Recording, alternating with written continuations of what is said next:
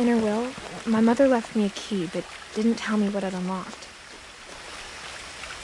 Maybe she thought I'd know. Or she thought that the mystery would be enough to bring me back.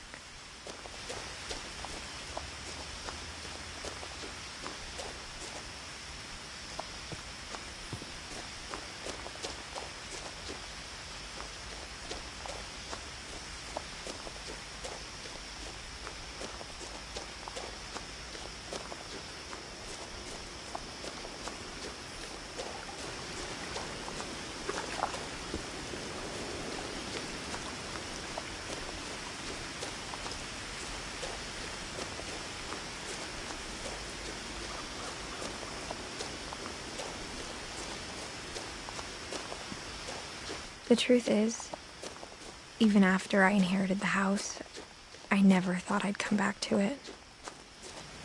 But now I had questions about my family that only the house knew the answers to. The woods around the house have always been uncomfortably silent, as if they're about to say something but never do.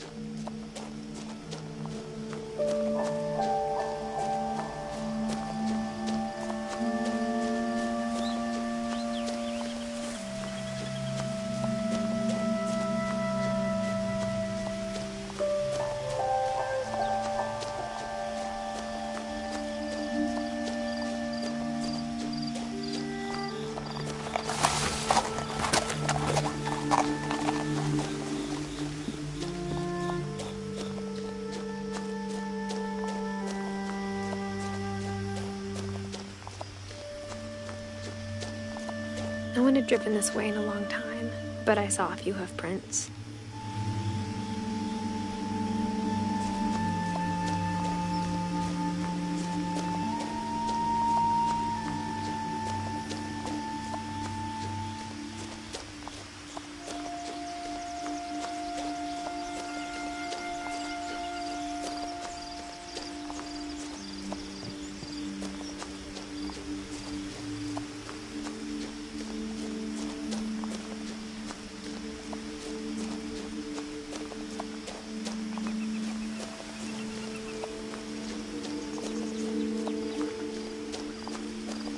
The house was exactly like I remembered it, the way I'd been dreaming about it. As a child, the house made me uncomfortable in a way I couldn't put into words. Now, as a 17-year-old, I knew exactly what those words were.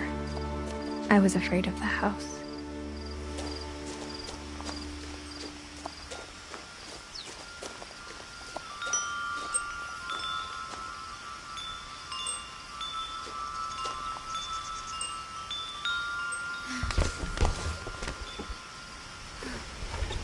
Crawling through the doggy door used to be a lot easier when I was 11.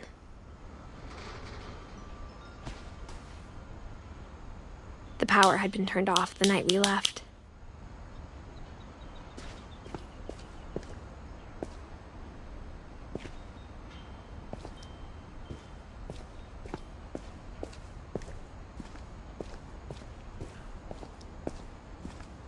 For the first time in years, I felt like I was home.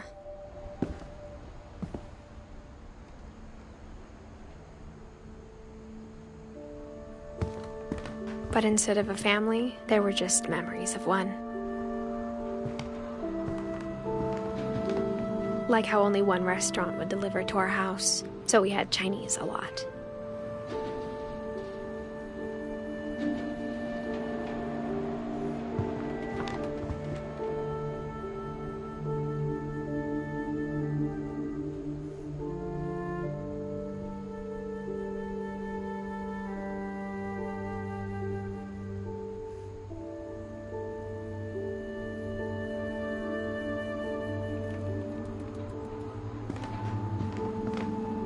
Or how after Louis started working at the cannery, we all got sick of eating salmon. Except our cat, Molly.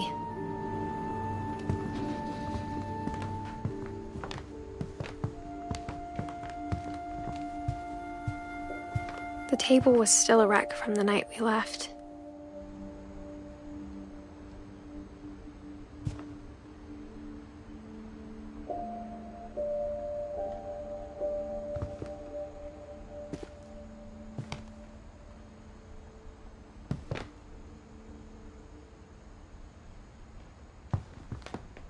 It was like a bomb had gone off, killing everyone but sparing the furniture.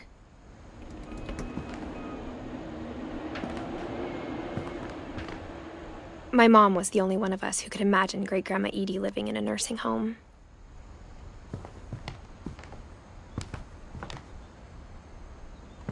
Nothing in the house looked abnormal. There was just too much of it, like a smile with too many teeth.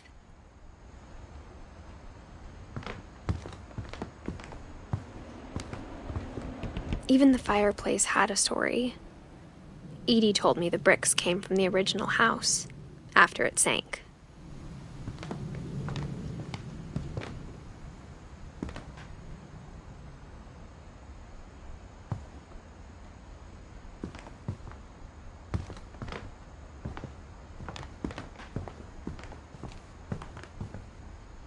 Mom always told me to stay out of the basement, so I wasn't too surprised when the key didn't fit.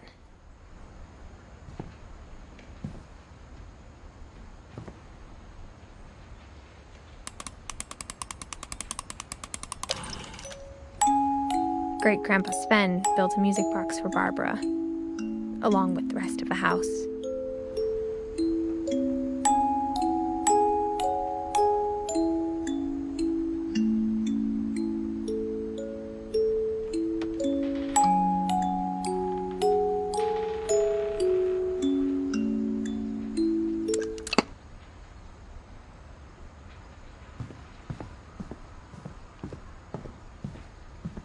My mom wasn't much of an optimist, but she never stopped believing that my brother Milton was alive.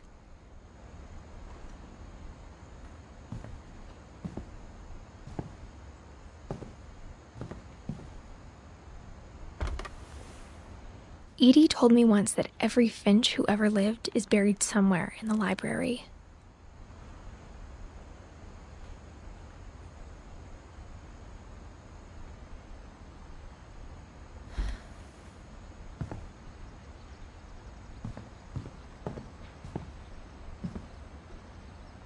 After Milton disappeared, Mom sealed up all the bedrooms.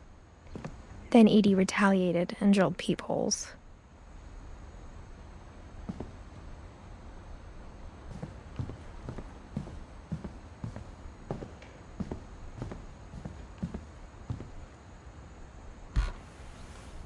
My Grandpa Sam spent 7 years sharing a room with his dead brother, Calvin.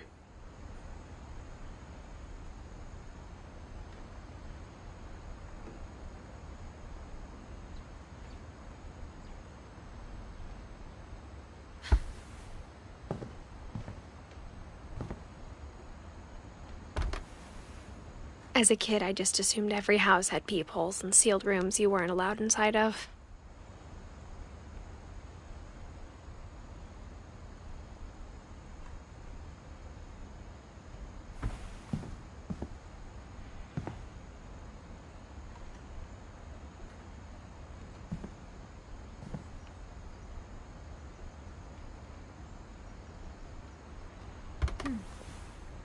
The last time I was in Edith Sr.'s room, I was 10 and she was painting my portrait.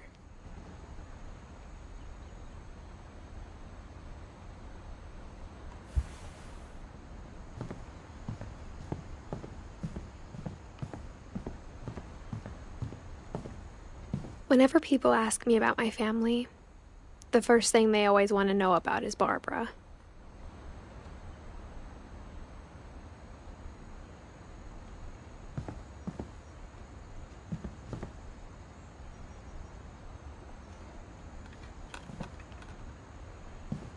Edie's father, Odin, built the original house.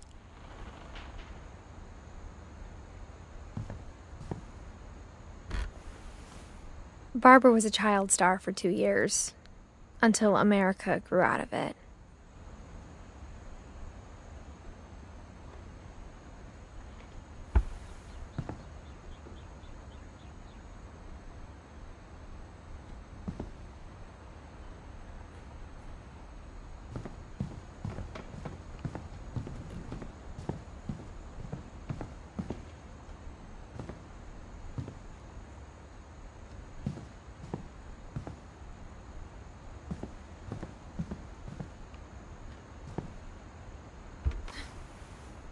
Molly always seemed like a girl I could imagine being friends with, if she hadn't died in 1947.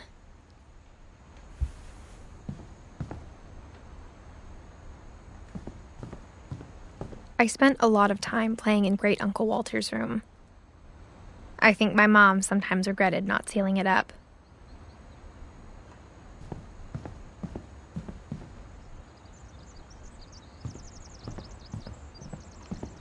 Lewis told me there were secret passages, but I never believed him.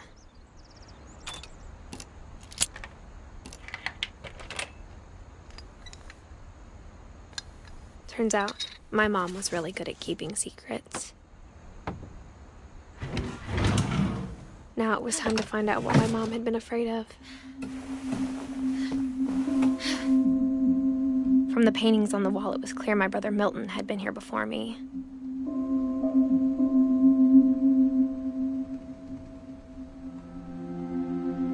Reading this, maybe it sounds like I had a plan, but I had no idea what was behind that door.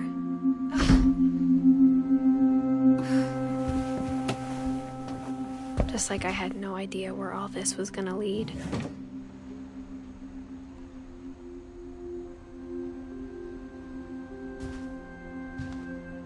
I grew up looking at Molly's room through the peephole. Molly's gerbil had a tiny bedroom with its own even tinier gerbil cage.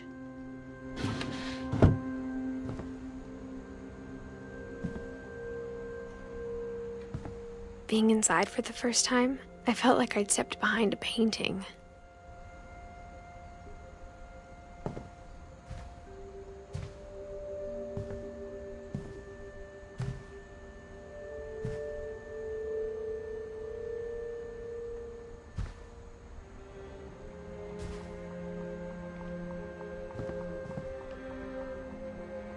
I got the sense Edie had spent a lot of time here, before my mom sealed the doors.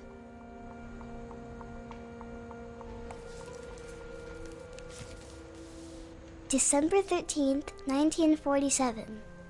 Dear Diary, I'll be gone soon, but I wanted to tell somebody about what's gonna happen.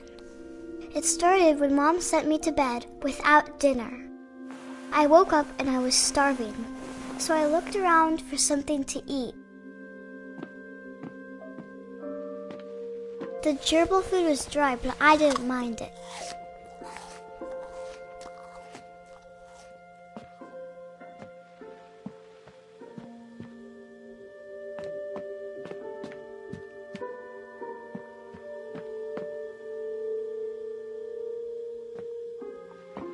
I thought about eating Christopher, but I held back.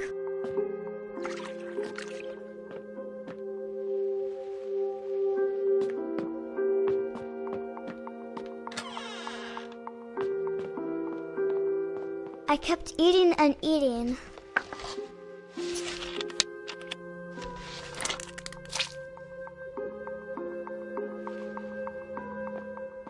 I ate a lot of things that night.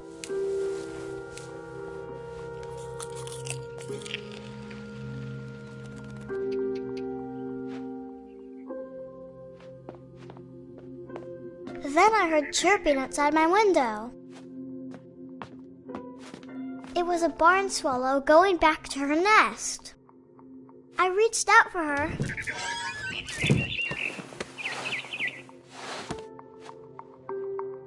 And suddenly,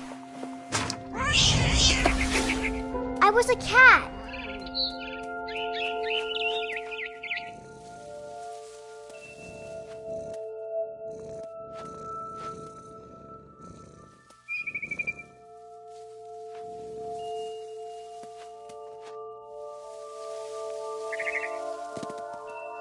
I tried to be quiet, but the bird was really scared.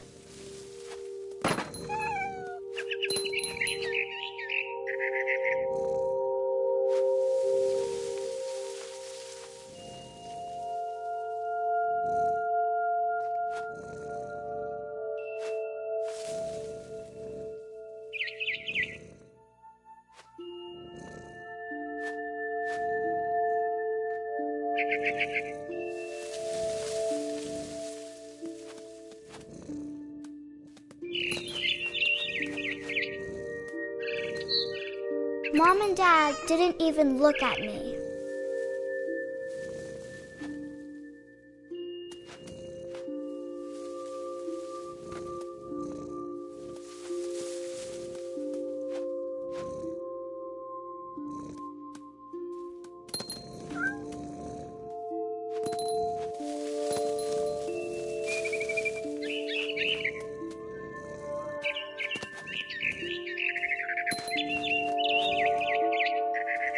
I jumped and I almost got her.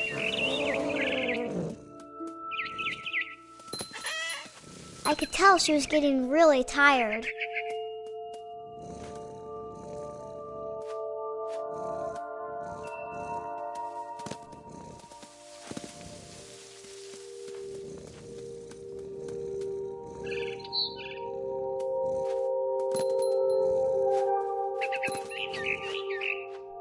Now I was up in the big tree. I promised Dad I wouldn't climb it anymore. All I cared about was eating that mama bird. I gobbled her up. And suddenly, I was an owl. First, all I heard was the wind. Then I heard little teeth nibbling in the grass.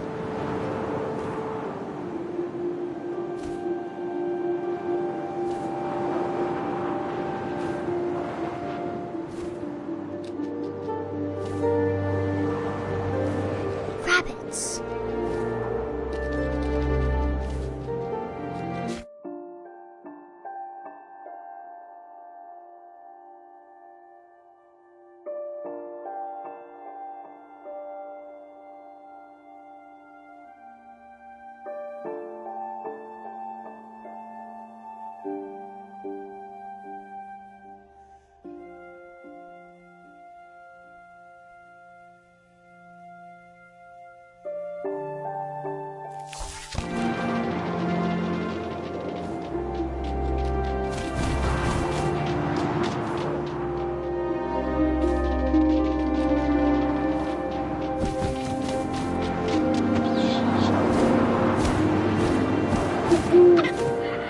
His face looking up and seeing mine through my talons.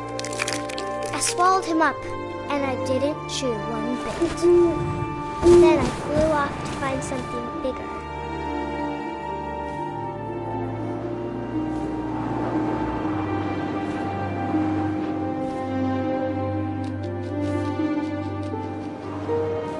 A mama rabbit.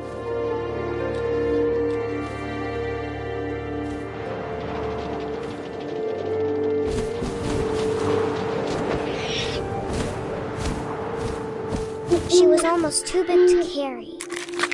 I started choking, but I couldn't stop eating.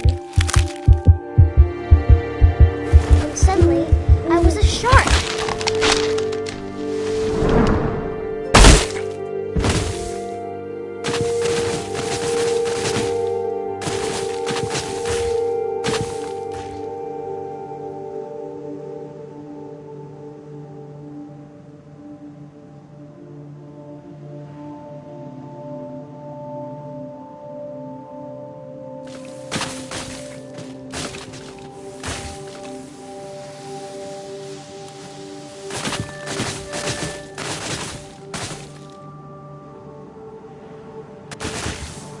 I rolled off a cliff and into the ocean. Now, I was hungrier than ever.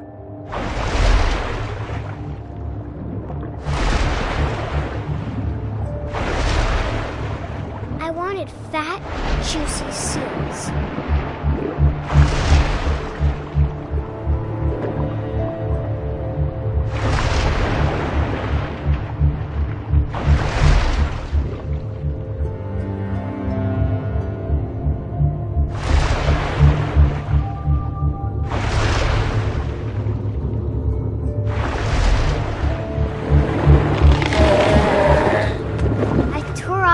flipper, and it tasted really good.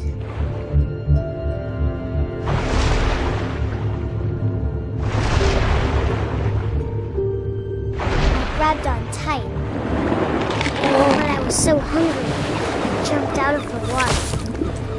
When I opened my eyes, everything had changed.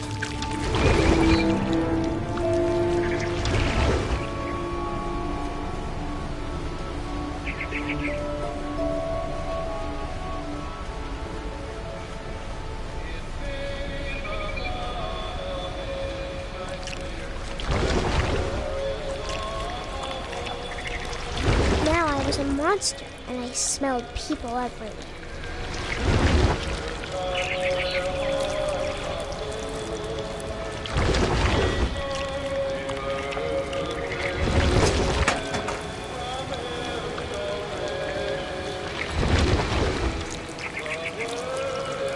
I was big, but I moved real quiet.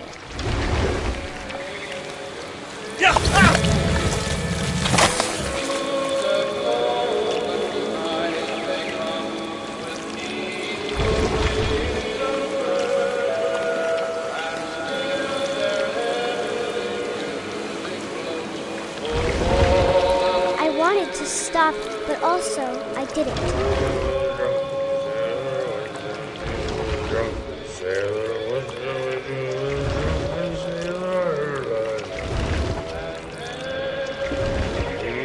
Belly was rusty, razor, his belly was rusty, razor, his belly was rusty, razor. What shall we do with a drunken sailor? What shall we do with a drunken sailor? What shall we do with a drunken sailor? Put him in the captain's daughter, put him in bed with the captain's daughter, put him in bed with what shall we do with a drunken sailor? What shall we do with a drunken sailor? What shall we do with a drunken sailor? Chuck him in the longboat till he's sober. Chuck him in the longboat till he's sober. Chuck him in the longboat till he's sober. What shall we do with a drunken sailor? What shall we do with a drunken sailor? What shall we do with a drunken sailor? Put him in the scuppers of the hose by bottom. Put him in the scuppers of the hose by bottom. Put him in the scuppers of the hose by bottom. What shall we do with a drunken sailor? What shall we do with a drunken sailor? What shall we do with a drunken sailor? Heave-ho, she rises, heave-ho, she rises, heave-ho, she rises,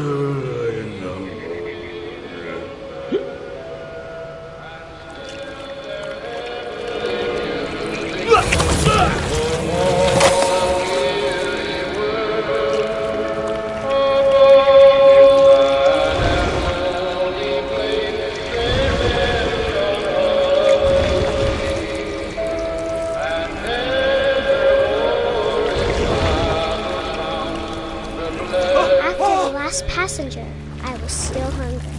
And across the water, I smelled something new. Something I had to have, so I swam towards it.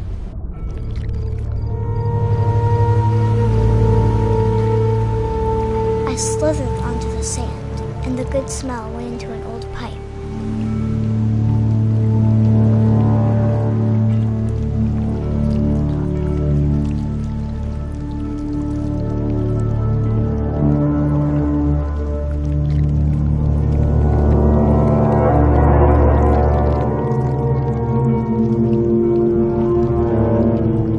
Closer and closer.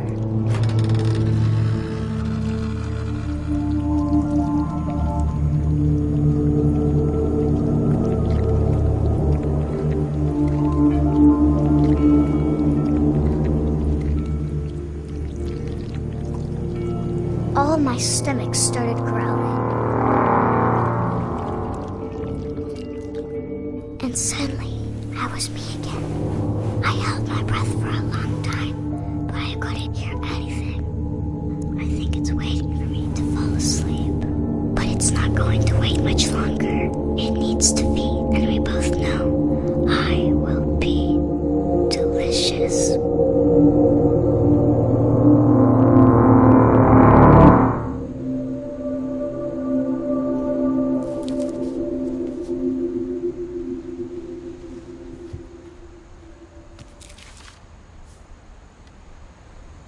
I'm not sure if I believed all of that, but I'm sure Edie would have.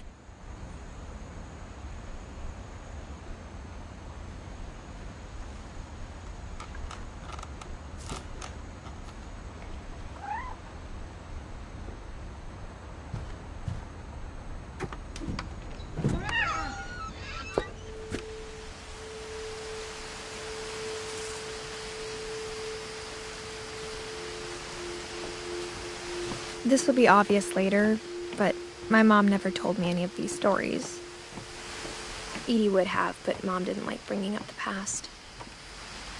Though, when we adopted a stray kitten, she was the one who named it Molly. I spent a lot of time in Great-Grandma Edie's room.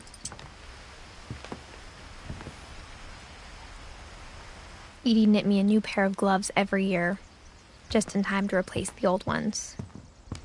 Her room was like a museum.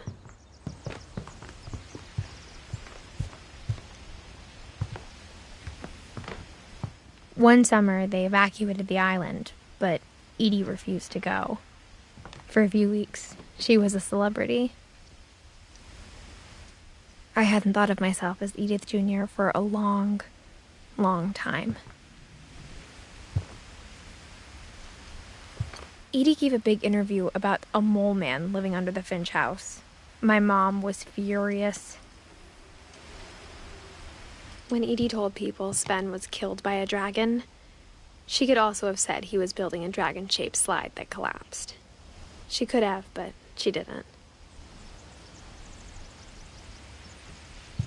Even in her 90s, sometimes Edie seemed a lot younger than my mother.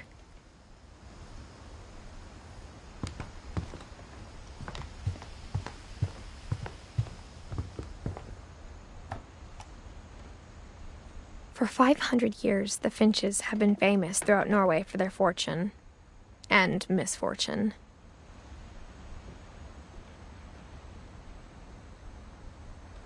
Odin Finch buries the latest victims of the family curse, his wife Ingeborg and their newborn son, Johan. On January 7th, 1937, he set sail with his family and his house, hoping to leave the curse behind. But 40-foot waves off the coast of Washington send the house and Odin to the bottom of the sea. Odin's daughter Edie, with husband Sven and baby Molly, step ashore on their new home, Orcas Island. Odin Finch is the first to be buried in the new family cemetery. His daughter Edie is already dreaming of a new Finch house.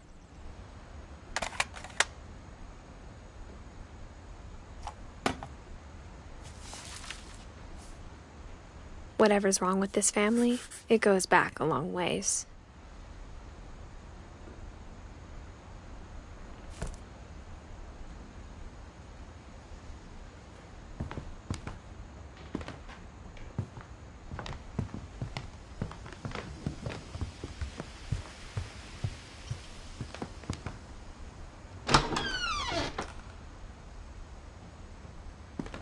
The only trace Grandpa Sam's first wife, Kay, left on the house was the pink bathroom. It was a pretty big trace.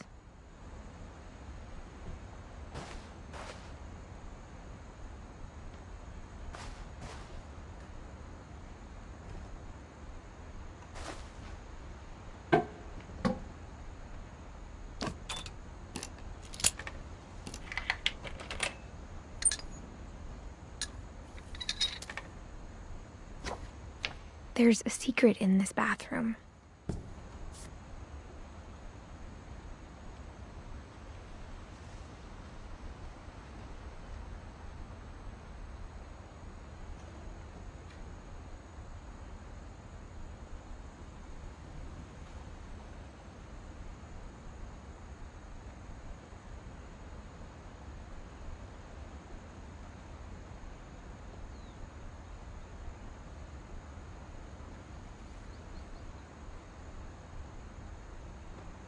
It's in the last place you would look.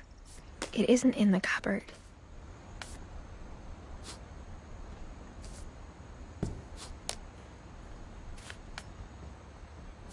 It's hidden in this book.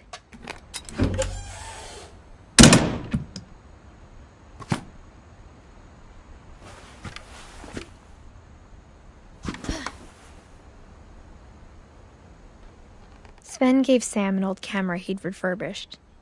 He never put it down.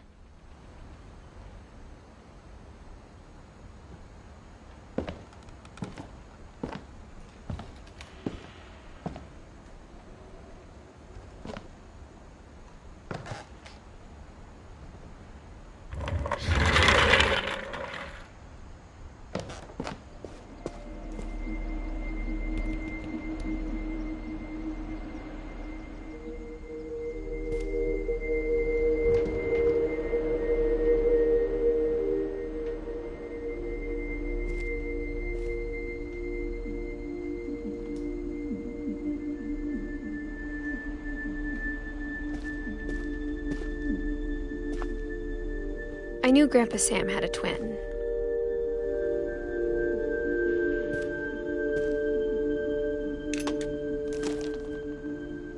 And that he never talked about him.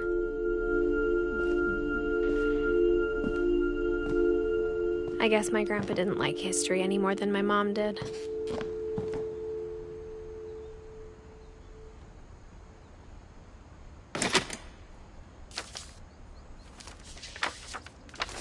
How I Want to Remember My Brother by Sam Finch.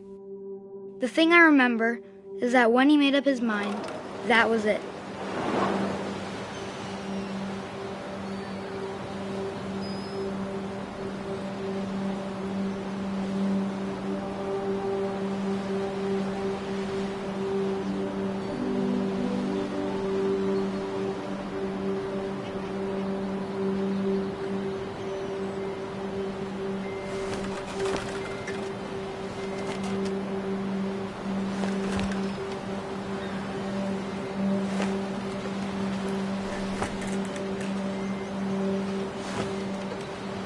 My brother said he'd die before he ate another mushroom.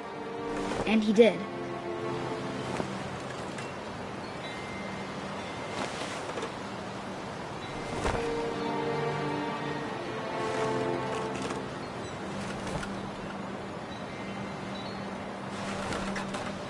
At Barbara's funeral, we swore we'd never be afraid again. And he wasn't. I think Calvin always wanted to fly.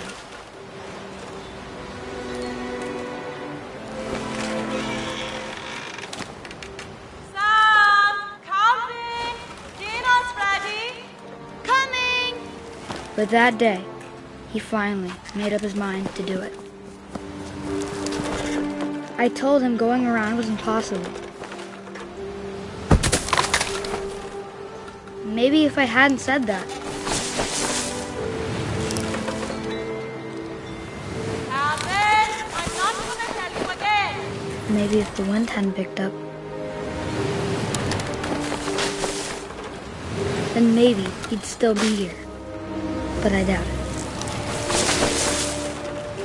I think he'd already made up his mind. That's what I want to remember about my brother.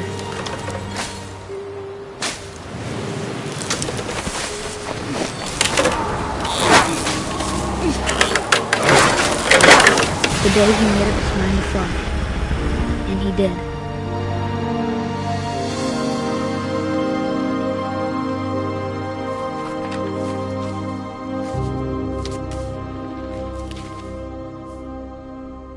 Calvin's story felt strangely familiar. When I was younger, I remember trying to do the exact same thing.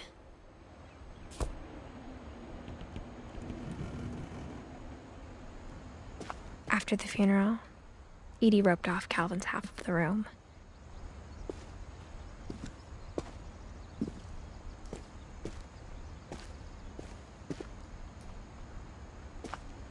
Mom said Grandpa Sam enlisted at 18 and never set foot in the room again.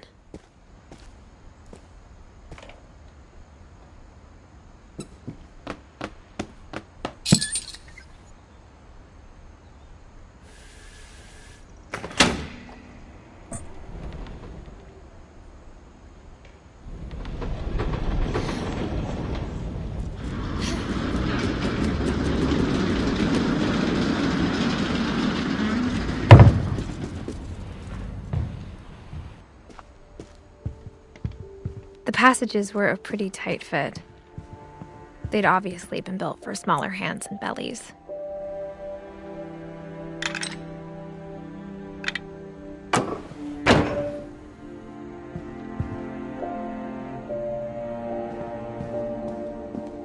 Mom must have locked the third-floor stairs on the night we left.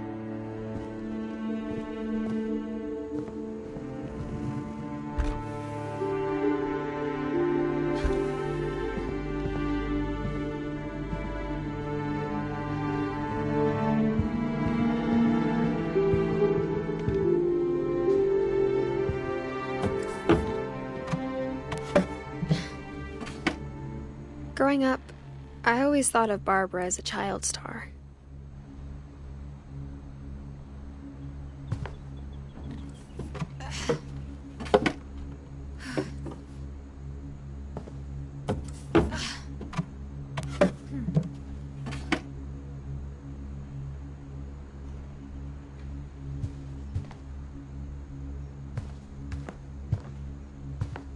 I never thought about how hard it must have been for her afterwards.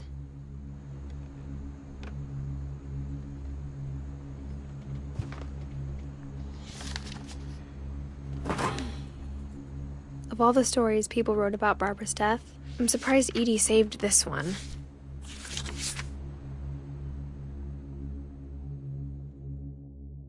Old Jack here with another ghastly tale inspired by America's most unfortunate family. I'm calling it The Surprise Ending of Barbara Finch. As a child star, Barbara was famous for her scream. Now at 16, she was all washed up. A has-been. But in a lucky break, she'd been asked to perform her signature scream at a local convention for monster movie fans. It was just the boost her career needed. Unfortunately, her scream hadn't aged well. Getting better. I think you just need the right motivation. Her biggest fan and current boyfriend, Rick, was about to demonstrate when... Now that was a great scream. It was Barbara's father, Sven. He'd slipped into a table saw and had to be rushed to the emergency room. So Barbara got stuck babysitting her youngest brother, Walter. Her convention comeback was cancelled. Okay, I'm hearing frustration, but I'm not hearing terror.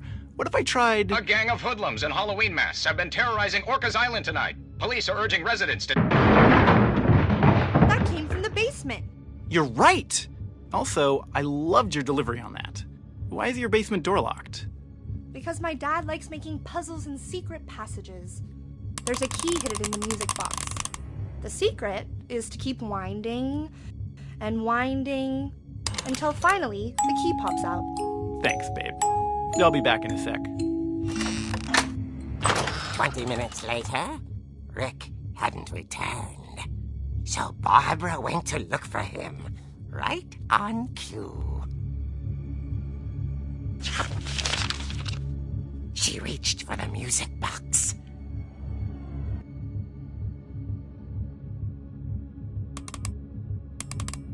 And as she wound the key, she listened for Rick, but the house was silent.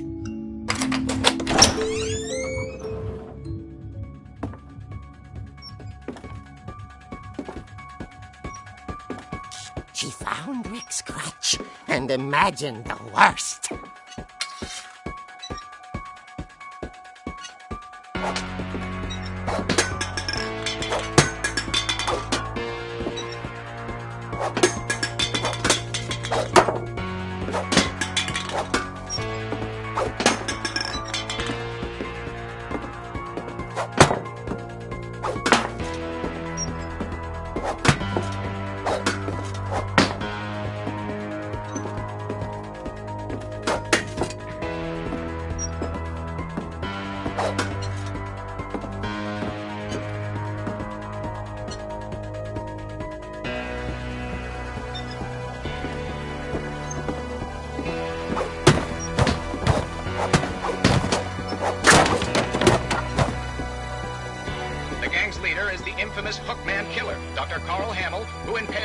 joined his family 10 years ago tonight.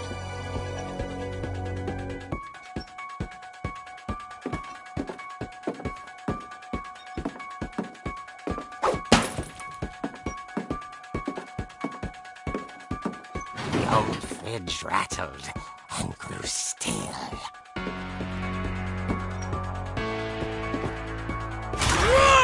Oh dear! Oh! Rick? Barb, relax. I was just trying to scare you to help you find your scream. Well, I'm not scared, Rick. I'm furious. Then act furious. All I'm getting from you now is that you're hurt and confused and She threw him out, but she kept a little something to remember him by. Barb, have you seen my other crutch? And she was still holding it when she fell asleep watching the late picture show. Hours later... Barbara! Walter, what's going on up there? Ah! Okay, I'm coming up, but if this is a trick, you're dead, Walter.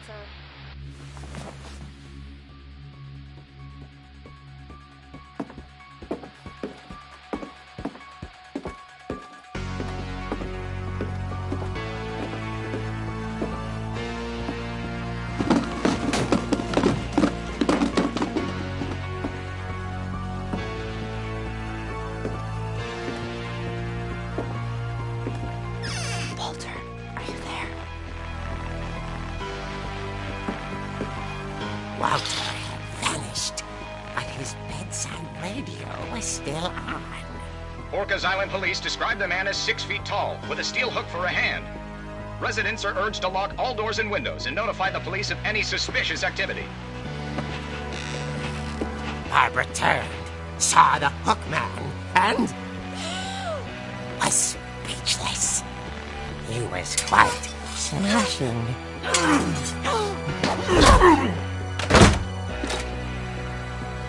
he was. He couldn't get enough of Barbara. Okay, Barbara, there's gotta be another way out of here. That night, she played her part beautifully.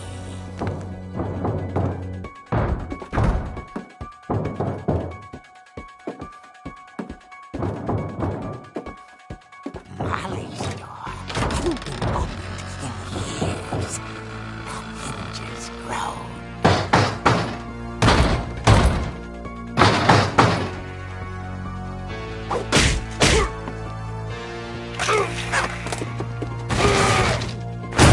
He wasn't moving, but she sensed the story might not be over yet.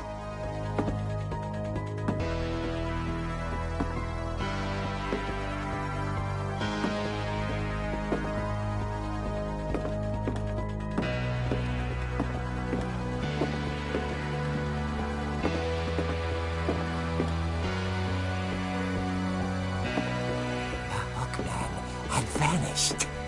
She listened for his breathing, but all she heard was...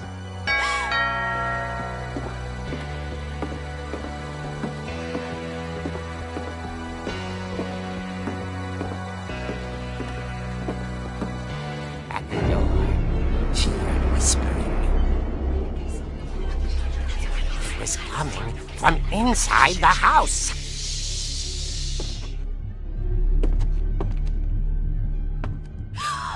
Oh dear. The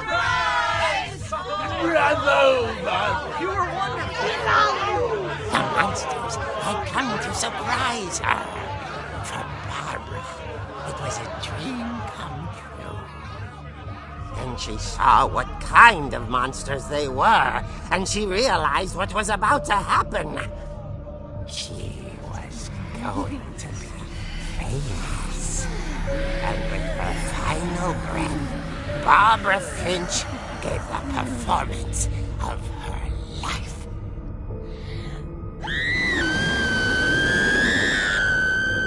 I wasn't there myself, but I hear Barbara was magnificent.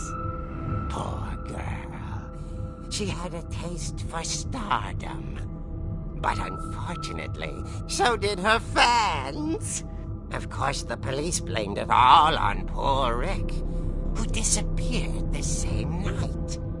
And little Walter?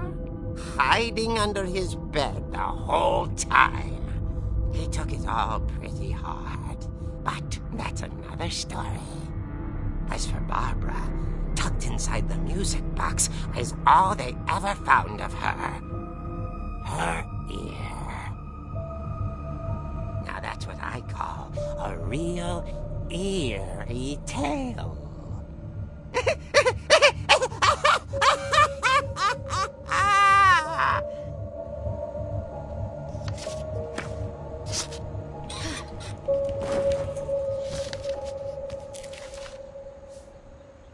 Edie told me all Barbara wanted was to be remembered, as absurd as that comic was. Maybe what Edie saw was a happy ending.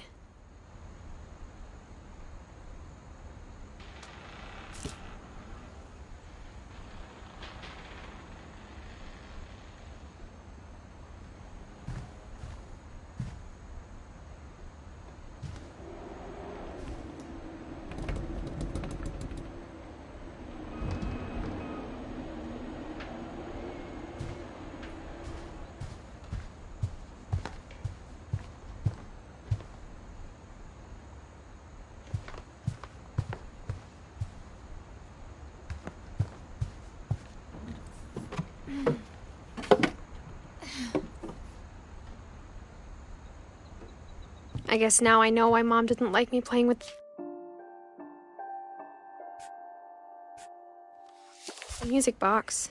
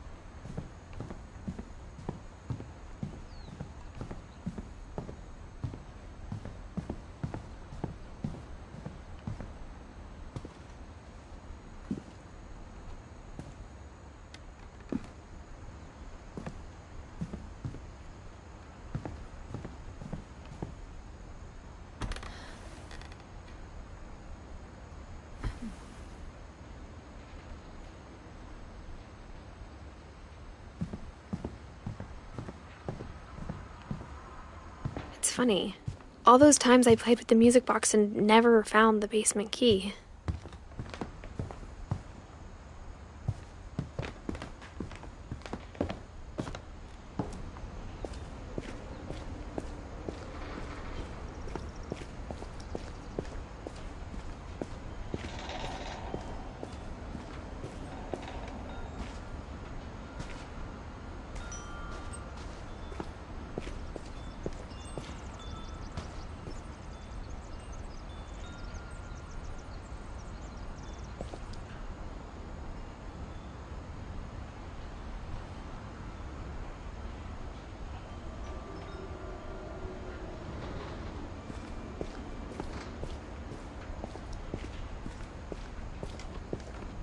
I wonder if that comic was right about there being a key inside the music box near the basement.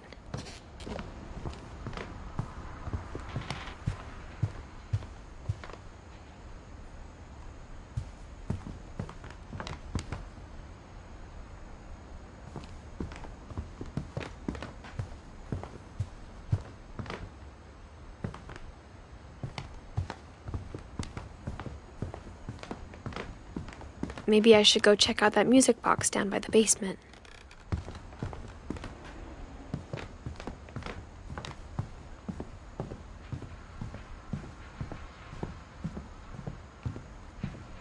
A lot of things got left behind in the whirlwind of that last night.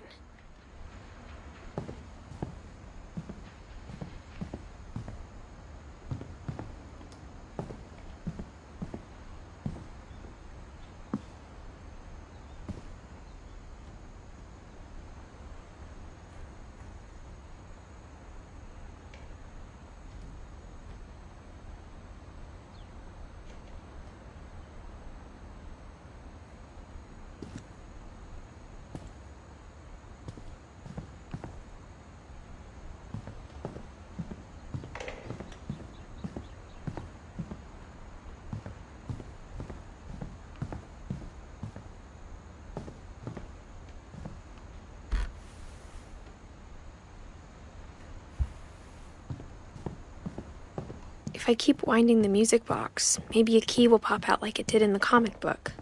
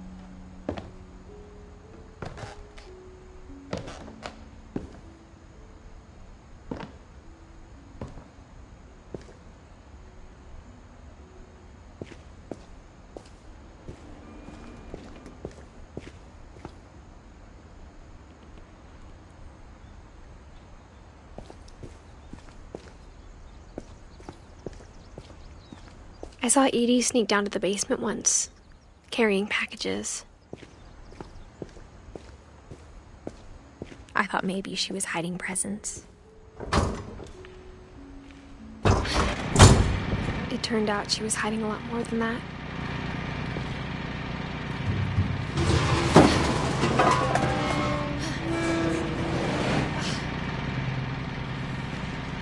I remember asking Mom once about where Walter had gone.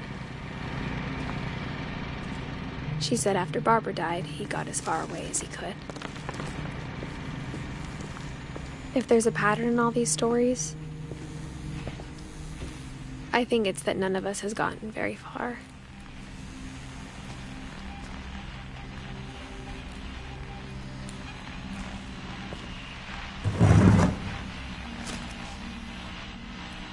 Goodbye, everyone. I can't believe I've been down here for 30 years. On that first day, after the shaking started, I didn't think I'd survive a week.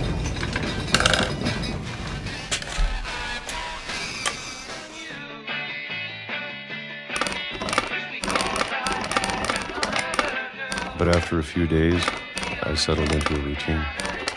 That's what kept me sane. Having a schedule, living for today.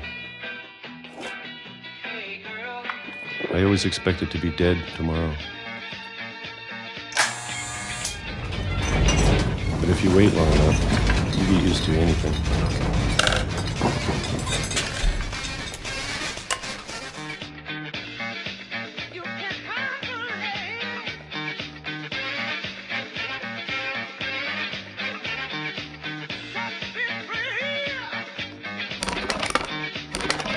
Even a monster on the other side of the door starts to feel normal. Almost friendly.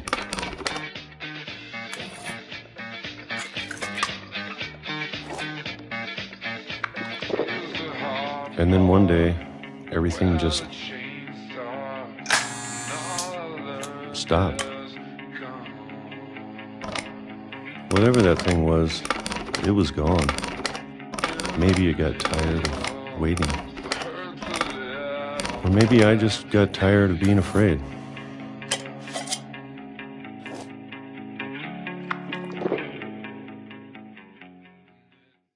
It's been a week now, the longest in 30 years. I'm done waiting. I have to leave while I still can.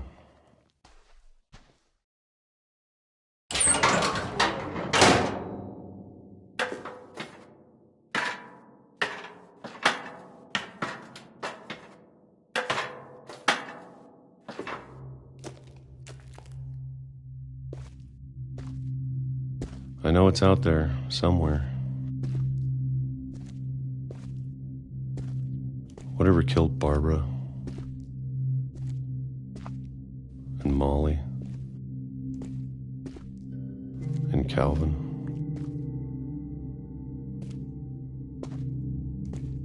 Maybe this is all a mistake. But I need to stop living the same day, even if it kills me.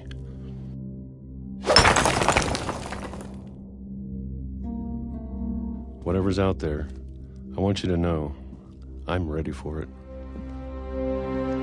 I'm going to appreciate all of it, especially the food. I don't mind if I only have a year left, or a month, or a single week. I'd be happy with one new day. I can already imagine the sun on my face.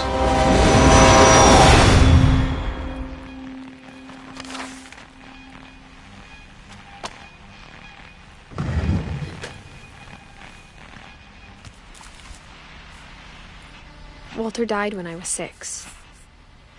I can't believe my mom never told me he was down here. I'm sure my mom was trying to protect me.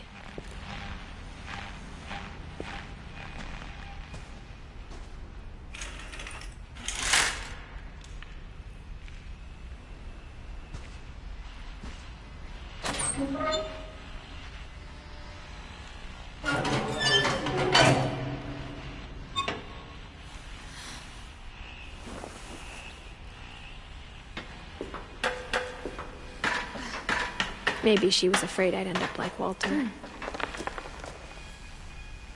But if she never told me about an uncle under the house, I can only imagine what else she was hiding. I don't want to make the same mistakes she made. Trying to bury something that's still alive.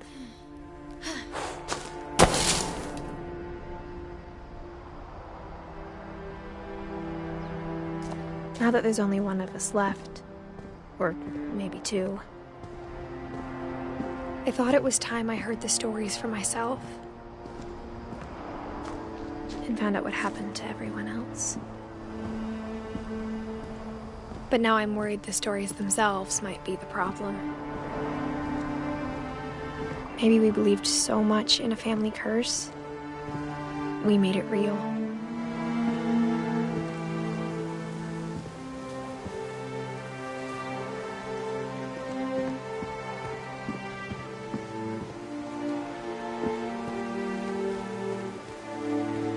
I don't know if I should even be writing this.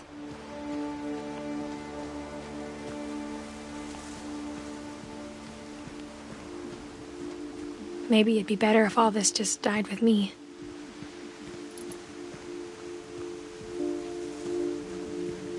But I thought you should know about your family.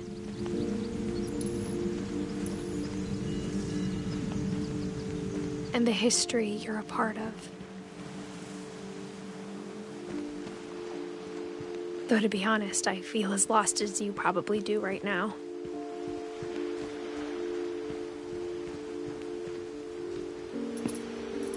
I think the people in these stories believed them, for what that's worth.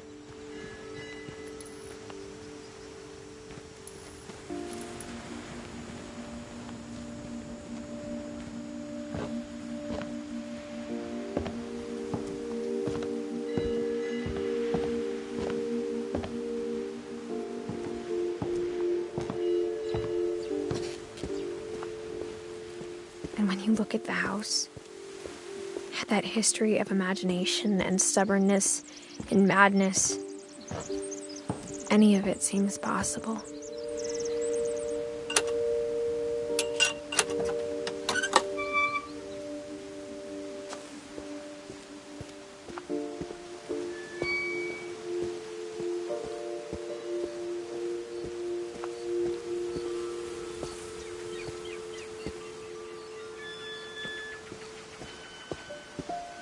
I think we've been surrounded by death for so long, we've just gotten used to it.